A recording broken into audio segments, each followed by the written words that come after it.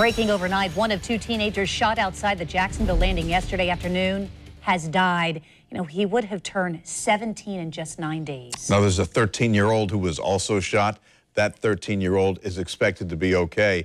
Channel 4's Ashley Harding joins us live from the scene. Police have any idea what sparked this shooting, and why are they saying it may be connected to another downtown? Well, Bruce, they haven't specifically said what leads them to believe that, but they say there is a possibility that there is a connection to the shooting that happened during Art Walk just about 2 weeks ago. Is really just a couple blocks from where we are. That is all still part of the investigation. But taking a live look right there, you can see where the doors have been boarded up since that shooting last night. There's also, if you notice, a poster next to one of those doors talking about the MLK after party. Now, police say they don't think that this has anything to do with the parade that happened yesterday before all this happened. A lot of people have taken to social media, though, saying that it is frustrating that this happened. But right now, so many questions that need answers. Shortly after 4 o'clock Monday, the landing became a war zone with bullets flying everywhere, people ducking for cover. And I heard what sounded like a whole bunch of fireworks, and I get around the corner and all these young people are running around and screaming, and the guy's laying there on the ground bleeding, and the cops over him, and he's not moving. They're saying he's dead and screaming out that there's another victim inside the building. You heard at least maybe 20 shots. It sounded like two, maybe an automatic. Definitely wasn't one person firing. Yeah, definitely, it was bad. Everybody scattered. Investigators say 2 off-duty JSO officers were working security when those shots rang out. They heard gunfire immediately outside the doors to the landing here on Water Street. They responded outside and found 2 individuals that were injured. Police have not said much about the victims, but they are saying this. If there appears to be some kind of confrontation between a group of individuals inside or immediately outside the landing, some kind of fight that then turned into gunfire.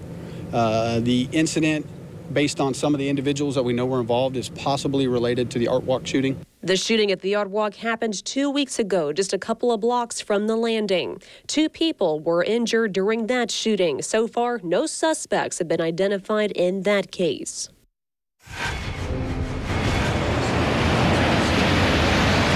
And 24 hours after this happened, people are starting to take to social media talking about the young man who lost his life.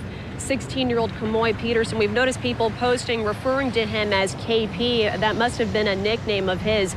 But right now, police say they do not have a suspect description. They say they have found a handgun and it is now in their custody. But again, if you know anything about this, of course, you're asked to call JSO. Live at the landing, Ashley Harding, Channel 4, the local station.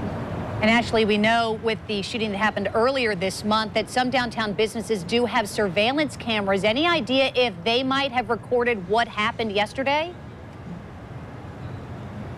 It's hard to say for sure if any of the business cameras recorded anything, but one thing I would like to point out, Jen, that is a city camera. You can see where it's pointing. It's pointing directly in the direction of where that shooting happened. So clearly, I would imagine this would play quite a role in this investigation. Of course, we will check back in with JSO to see if they do have anything from that camera or any other cameras in the area that could help in this investigation.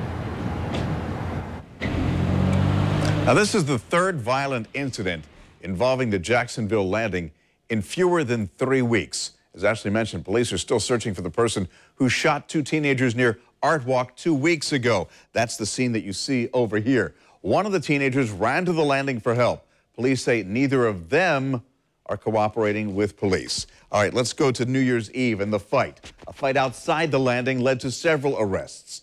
That incident caught on camera and raised concerns about downtown being unsafe. And then the 3rd scene here. Just yesterday, investigators say a fight led to 2 teenagers being shot on Water Street. We reached out to the owners of the landing. Tony Slayman's company released a statement about the most recent shooting, saying the incident that occurred on city property outside the landing saddens us. This is an ongoing investigation by JSO, therefore we can't comment any further. If you know anything about any of these incidents, and police believe that a couple of them may be tied together, though they're not elaborating, they're not saying why or how, call Crime Stoppers 866-845-TIPS.